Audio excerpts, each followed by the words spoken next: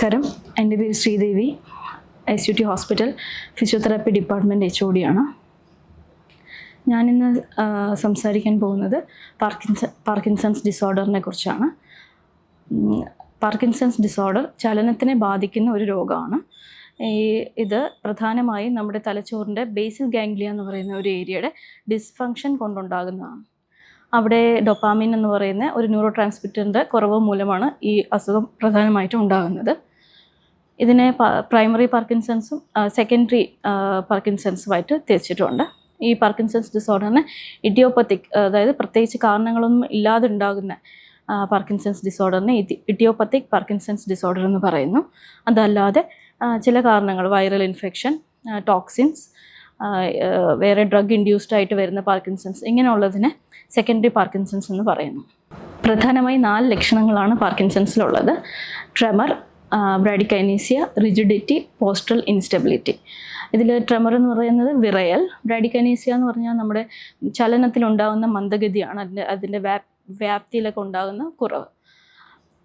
അതുപോലെ റിജിഡിറ്റി എന്ന് പറയുന്നത് മസിൽസിൽ, പേശികളിൽ ഉണ്ടാകുന്ന ഒരു മുടുക്കം, കടുപ്പം എന്നൊക്കെ പറയാം. ചലനം ചെയ്യാനുണ്ടാകുന്ന ഒരു ബുദ്ധിമുട്ട്, സ്റ്റിഫ്നെസ് എന്നൊക്കെ പറയില്ല, അത് തന്നെ. 4മതായിട്ട് പോസ്റ്ററൽ ഇൻസ്റ്റെബിലിറ്റി, പേഷ്യൻ്റെ ബാലൻസ് പോകുന്ന ഒരവസ്ഥ. ഇതാണ് പ്രധാനമായിട്ടുള്ള 4 ലക്ഷണങ്ങൾ. ഇതിന് പുറമെ വേറെ ലക്ഷണങ്ങളുമുണ്ട്. ഒന്ന് മാസ്ക്ഡ് ഫേസ്, അതായത് എക്സ്പ്രഷൻ ഇല്ലാത്ത ഒരു ഫേസ്. രണ്ടാമതായിട്ട് പേഷ്യൻറ്റിൻ്റെ ഹാൻഡ് റൈറ്റിംഗ് വളരെ ചെറുതാവും, അതായത് മൈക്രോഗ്രാഫി എന്നാണ് അതിനെ പറയുന്നത്. വളരെ ചെറിയ അക്ഷരങ്ങളിലായിരിക്കും പേഷ്യൻ്റ് എഴുതുക. മൂന്നാമതായി പറയേണ്ടത് പോസ്റ്ററൽ ഡിഫോമിറ്റിയാണ്. ഫ്രണ്ടിലേക്ക് കുനിഞ്ഞ് നടക്കുന്ന ഒരു പോസ്റ്ററാണ് ഈ പേഷ്യൻസിൽ കണ്ടുവരുന്നത്. സ്റ്റൂപ്ഡ് പോസ്റ്റർ എന്ന് പറയും. അതുപോലെ തന്നെ അവരുടെ നടക്കുന്ന രീതി, ചലനത്തിൻ്റെ രീതി എന്ന് പറയുന്നത് ഫെസ്റ്റിനേറ്റിംഗ് ഗേറ്റ് അഥവാ ഷഫ്ലിംഗ് ഗേറ്റ് എന്ന് പറയും. ഗേറ്റ് പാറ്റേൺ എന്ന് വെച്ചാൽ ഒരാൾ നടക്കുന്ന ഗേറ്റാണ്. പെട്ടെന്ന് സ്റ്റെപ്പ് വെച്ച് നടക്കുന്നതിനാണ് ഫെസ്റ്റിനേറ്റിംഗ് ഗേറ്റ് എന്ന് പറയുന്നത്. അപ്പോൾ ഈ പേഷ്യൻസ് ഫ്രണ്ടിലേക്ക് കുനിഞ്ഞ് പെട്ടെന്ന് സ്റ്റെപ്പ് വെച്ച് നടക്കുന്നു. ഇത് കാരണം അവരുടെ ബാലൻസിനെയും ഇത് അഫക്റ്റ് ചെയ്യുന്നു. ഇതിന് പുറമെ ഈ പേഷ്യൻസിൽ കണ്ടുവരുന്നത് bladder and bowel dysfunction, urinary incontinence പോലുള്ള ബുദ്ധിമുട്ടുകൾ കണ്ടുവരുന്നു. കോൺസ്റ്റിപ്പേഷൻ പോലുള്ള കണ്ടീഷൻസും കണ്ടുവരുന്നു. ഇതിന് പുറമെ കണ്ടുവരുന്ന സിംറ്റംസ്, ഒന്ന് മൈക്രോഗ്രാഫിയ, ഹാൻഡ് റൈറ്റിംഗ് വളരെ ചെറുതായി പോകുന്ന ഒരു കണ്ടീഷനാണത്. പിന്നെ പേഷ്യൻ്റ് ഫ്രണ്ടിലേക്ക് കുനിഞ്ഞ് ഇങ്ങനെ സ്റ്റൂപ്ഡ് ആയിട്ടുള്ളൊരു പോസ്റ്ററിലാണ് പേഷ്യൻ്റ് നടക്കുന്നത്. ഇതിനോടൊപ്പം പേഷ്യൻ്റ് ഒരു മാസ്ക്ഡ് ഫേസ്, എക്സ്പ്രഷൻ ഒന്നും വരാത്തൊരു ഫേസാണ് പേഷ്യൻ്റ് ഉണ്ടാകുക. കോംപ്ലിക്കേഷൻസ് കൂടുന്നതനുസരിച്ച് പേഷ്യൻറ്റിൽ ബവൽ ബ്ലാഡർ ഡിസ്ഫങ്ഷൻസ് വരാറുണ്ട്, ഡിപ്രഷൻ വരാറുണ്ട്. അങ്ങനെ പല സിംറ്റംസും ഈ പേഷ്യൻസിൽ കണ്ടുവരുന്നു. ഫിസിയോതെറാപ്പിക്ക് പാർക്കിൻസൺസിൻ്റെ ട്രീറ്റ്മെൻറ്റിൽ വളരെ വലിയ പങ്കാണുള്ളത്. അതുകൊണ്ട് തന്നെ ഈ പാർക്കിൻസൺസ് ഡിസോർഡർ അതല്ലെങ്കിൽ ഇതിലേതെങ്കിലും സിംറ്റംസ് കണ്ടാലുടൻ ഒരു ന്യൂറോളജിസ്റ്റിനെ കണ്ട് വേണ്ട മരുന്ന് ചികിത്സ സ്വീകരിക്കേണ്ടതാണ്. അതിനോടൊപ്പം തന്നെ ഫിസിയോതെറാപ്പിയും കൂടി സ്റ്റാർട്ട് ചെയ്യാം. ഫിസിയോതെറാപ്പിയിൽ പ്രധാനമായിട്ട് നമ്മൾ കൊടുക്കുന്നത് മോട്ടോർ ലേണിംഗ് എന്ന് പറയും. വലിയ ടാസ്കുകൾ ചെറിയ ടാസ്കുകളാക്കി മാറ്റി പേഷ്യൻറ്റിന് നമ്മൾ പുറമേ ഒരു എക്സ്റ്റേണൽ ക്യൂസ് കൊടുത്ത് പല പ്രാവശ്യം റിപ്പീറ്റ് ചെയ്യിച്ച് പ്രാക്ടീസ് ചെയ്യിച്ച് ട്രെയിൻ ചെയ്യിക്കുന്ന ഒരു മെത്തേഡാണ് അതിൽ വരുന്നത്. ഇതിന് പുറമെ നമ്മൾ വേറെയും എക്സസൈസുകൾ കൊടുക്കാറുണ്ട്. അത് പ്രധാനമായിട്ടും ഈ പേഷ്യൻറ്റിന് റിജിഡിറ്റിയും ട്രെമറൊക്കെ ഉള്ള പേഷ്യൻസിന് റിലാക്സേഷൻ ടെക്നിക്സ് വളരെ എഫക്റ്റീവാണ്. അപ്പോൾ റിലാക്സേഷൻ ടെക്നിക്സ് കൊടുക്കാറുണ്ട്. അതോടൊപ്പം ഫ്ലെക്സിബിലിറ്റി, അതായത് പേഷ്യൻറ്റിൻ്റെ മൂവ്മെൻറ്റിൻ്റെ ഫ്ലെക്സിബിലിറ്റി കൂട്ടാൻ വേണ്ടിയിട്ട് ഉള്ള ഫ്ലെക്സിബിലിറ്റി സ്ട്രെച്ചിങ് എക്സസൈസൊക്കെ കൊടുക്കാറുണ്ട്.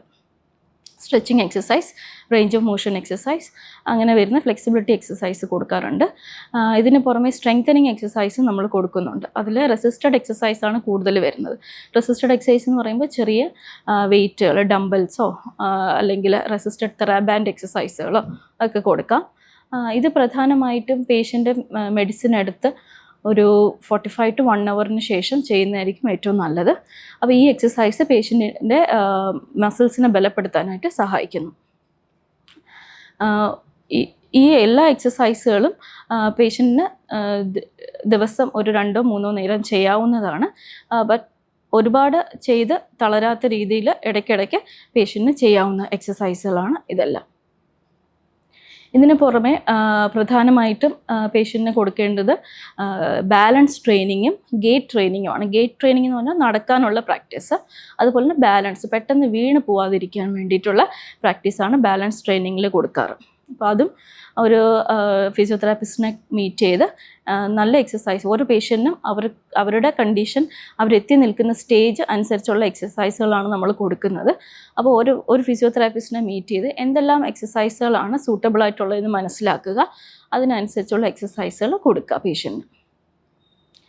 ഇതിന് പുറമെ നമുക്ക് എക്സസൈസ് അല്ലാതെ അഡാപ്റ്റീവ് ഡിവൈസുകൾ യൂസ് ചെയ്യാം. പേഷ്യൻറ്റിനെ ഹെൽപ്പ് ചെയ്യാൻ വേണ്ടിയിട്ട്, കുറച്ചുകൂടെ പേഷ്യൻറ്റിനെ ഇൻഡിപെൻഡൻ്റ് ആക്കാൻ വേണ്ടിയിട്ട് നമുക്ക് അഡാപ്റ്റീവ് ഡിവൈസുകൾ ഉപയോഗിക്കാം. അതായത് പ്രധാനമായിട്ട് വാക്കർ, സ്റ്റിക്ക്, പിന്നെ വേണമെങ്കിൽ റെയിൽസ്, പേഷ്യൻ്റെ റൂമിൽ തന്നെ റെയിൽസ്, ഹാൻഡ് റെയിൽസ് ഒക്കെ വയ്ക്കാം പേഷ്യൻറ്റ് പിടിച്ച് നടക്കാൻ വേണ്ടിയിട്ട്. ഈ വാക്കറൊക്കെ കൊടുക്കുമ്പോൾ പേഷ്യൻ്റ് ഓൾറെഡി സ്റ്റൂപ്ഡ് പോസ്റ്ററിലാണ്, അപ്പോൾ വാക്കറിൻ്റെ ഹൈറ്റ് കറക്റ്റായിട്ട് അഡ്ജസ്റ്റ് ചെയ്ത് വേണം പേഷ്യൻറ്റിന് കൊടുക്കേണ്ടത്. അതുപോലെ വീലുള്ള വാക്കേഴ്സ് യൂസ് ചെയ്യാതിരിക്കുന്നതായിരിക്കും കുറച്ച് നല്ലത്. ഇതിന് പുറമെ പേഷ്യൻറ്റിൻ്റെ ഫുഡ് വെയർ, ഉപയോഗിക്കുന്ന ചെരുപ്പ്, അത് ഇച്ചിരി ഫേം ആയിട്ടുള്ള ചെരുപ്പാണ് നല്ലത്. ഫ്രിക്ഷൻ ഒഴിവാക്കാനും അതുമൂലം വീഴാനുള്ള സാധ്യത തടയാനും വേണ്ടിയിട്ട് ഇച്ചിരി കട്ടിയുള്ള ചെരുപ്പ് യൂസ് ചെയ്യുന്നതാണ് നല്ലത്. ലെതർ ചെരുപ്പുകളായിരിക്കും കുറച്ച് നല്ലത്. അതുപോലെ പേഷ്യൻറ്റിന് ചെറിയ ചെറിയ മൂവ്മെൻറ്റ്സ്, കൈയുടെ മൂവ്മെൻറ്റ്സ് ഒക്കെ ബുദ്ധിമുട്ടുള്ളവർക്ക് ഇപ്പോൾ ഡ്രസ്സിങ്ങിനൊക്കെ ബുദ്ധിമുട്ടുണ്ടാവും. അപ്പോൾ അങ്ങനെയുള്ള പേഷ്യൻസിന് ഈ ഷർട്ടിലെ ബട്ടൺസൊക്കെ വേണമെങ്കിൽ ബട്ടൺസ് വെറുതെ വെച്ചിട്ട് അതിന് താഴെ വെൽക്രോ കൊടുത്ത് ഈസിലി ഇടാനും ഊരാനും എളുപ്പത്തിന് അതായിരിക്കും നല്ലത്. അപ്പോൾ ഇങ്ങനെ അവരുടെ എൻവയോൺമെൻറ്റ്, അവർ ചെയ്യുന്ന ആക്ടിവിറ്റീസൊക്കെ കുറച്ച് മോഡിഫൈ ചെയ്ത് കൊടുത്തു കഴിഞ്ഞാൽ അവർക്ക് സ്വയമേ എല്ലാം കുറച്ചുകൂടി ചെയ്യാനായിട്ട് സാധിക്കും. പേഷ്യൻറ്റിനെ കൊണ്ട് കഴിയുന്ന കാര്യങ്ങളെല്ലാം പേഷ്യൻ്റ് തനിയെ ചെയ്യുന്നതാണ് എപ്പോഴും നല്ലത്. പറ്റാത്തത് മാത്രം ചെറിയ അസിസ്റ്റൻസ് കൊടുക്കാം, അല്ലെങ്കിൽ ഇൻസ്ട്രക്ഷൻസ് കൊടുത്ത് അവരെ കൊണ്ട് ചെയ്യിക്കാവുന്നതാണ്. ഇങ്ങനെയുള്ള പേഷ്യൻസിൽ ഇതുപോലെ ഡിപ്രഷൻസ്, അല്ലെങ്കിൽ അവർക്ക് ഒരു ഇമോഷണൽ സപ്പോർട്ട് അത്യാവശ്യമുള്ള ഒരു സ്റ്റേജാണ്. അപ്പോൾ അവർക്ക് ഈ മോട്ടിവേറ്റ് ചെയ്തുകൊണ്ടിരിക്കുക പേഷ്യൻറ്റിനെ എക്സസൈസ് ചെയ്യാൻ വേണ്ടിയിട്ട്. ഡെയിലി ബേസിസിൽ എക്സസൈസ് വളരെ ഇമ്പോർട്ടൻ്റ് ആണ്. അപ്പം ഡെയിലി മോട്ടിവേഷൻ കൊടുക്കുക, അവരുടെ ആക്ടിവിറ്റീസ് തനിയെ ചെയ്യാനായിട്ട് അവരെ പ്രേരിപ്പിക്കുക. അപ്പോൾ ഇതൊക്കെയാണ് പ്രധാനമായിട്ട് പാർക്കിൻസൺസിൽ ശ്രദ്ധിക്കേണ്ട കാര്യങ്ങൾ. ഇതിന് പുറമെ നമുക്ക് മെഡിക്കൽ ട്രീറ്റ്മെൻറ്റാണ് ഏറ്റവും പ്രാധാന്യം. അപ്പോൾ അതിനുശേഷം അതിനോടൊപ്പം മെഡിസിൻ എടുക്കുന്നതിനോടൊപ്പം തന്നെ ഫിസിയോതെറാപ്പി സൈമൾട്ടേനിയസ്ലി സ്റ്റാർട്ട് ചെയ്യുന്നതാണ് നല്ലത്.